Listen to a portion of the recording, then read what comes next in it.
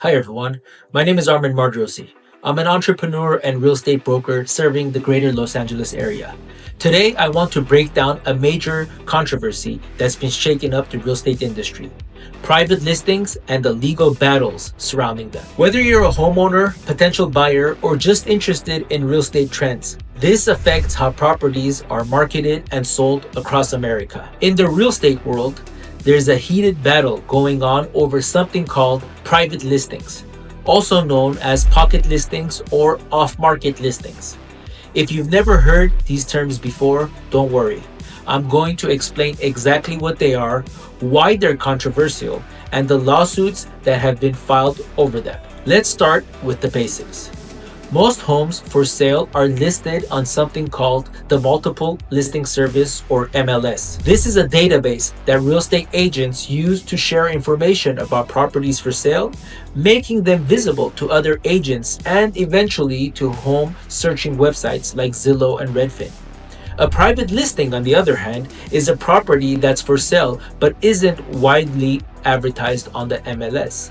Instead, these properties are marketed more selectively, maybe through a private network of luxury agents, by word of mouth, or just within a single brokerage firm. There's no for sale sign out front, no online listing, and the property is only shown to select potential buyers. Private listings have always existed, but they became increasingly popular during the hot sellers market we've seen in recent years. So why would someone choose to sell their home this way? There are several legitimate reasons. First, privacy.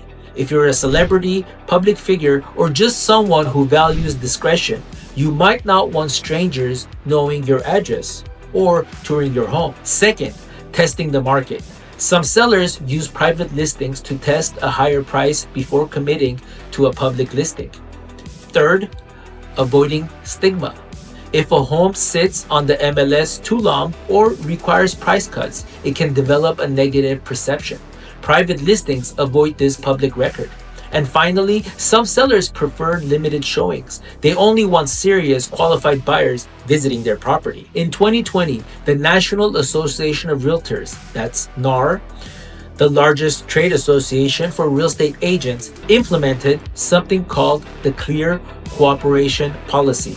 This policy requires agents to submit their listings to the MLS within 1 business day of marketing a property publicly. NAR's stated reason for this policy was to promote transparency, equal access to information, and fair housing principles. They argued that pocket listings could potentially exclude certain buyers from properties, perpetrating discrimination in housing markets. Some MLSs started imposing hefty fines up to $5,000 for first violations on agents who didn't comply with this policy. This is where the legal drama begins.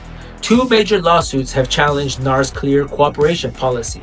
The first was filed by Top Agent Network, or TAN, a private listing service that operates member-only groups of top producing agents. TAN sued NAR in 2020, claiming the Clear Cooperation Policy violated antitrust laws by restricting consumer choice. This lawsuit has had a complex legal journey. It was dismissed in 2021, later revived, and as of early 2025, it's been paused while NAR reconsiders the policy.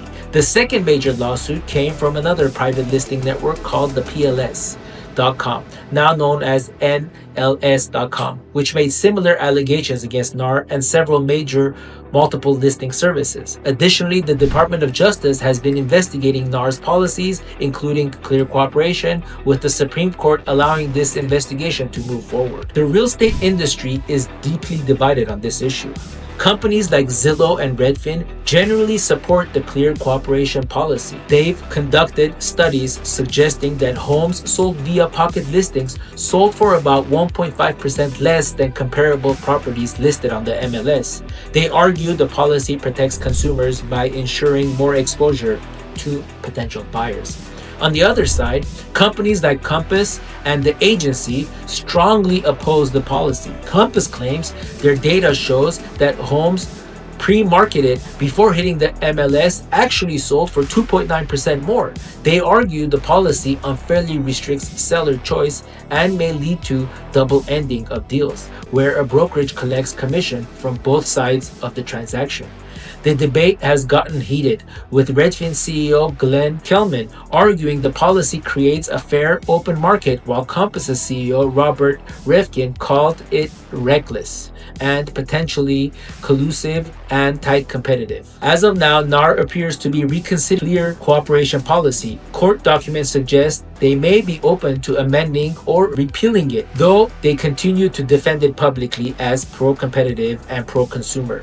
The outcome of these legal challenges could significantly change how homes are bought and sold. If the policy is overturned, we might see a surge in private listings, particularly in luxury markets. If it's upheld, it will reinforce the trend towards transparency and open access in real estate. For consumers, this debate comes down to a balance between seller choice and market fairness. Should homeowners have the complete freedom in how they market their properties, or should there be rules ensuring all buyers have equal access to information about homes for sale? As the legal battle continues and NAR reconsiders its position, this controversy highlights the tension between traditional real estate practices and modern demands for transparency and equal access.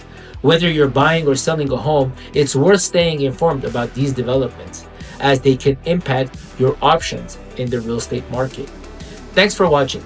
If you found this video helpful, please like and subscribe, and let me know in the comments if you have any questions about private listings or other real estate topics you'd like me to cover in future videos.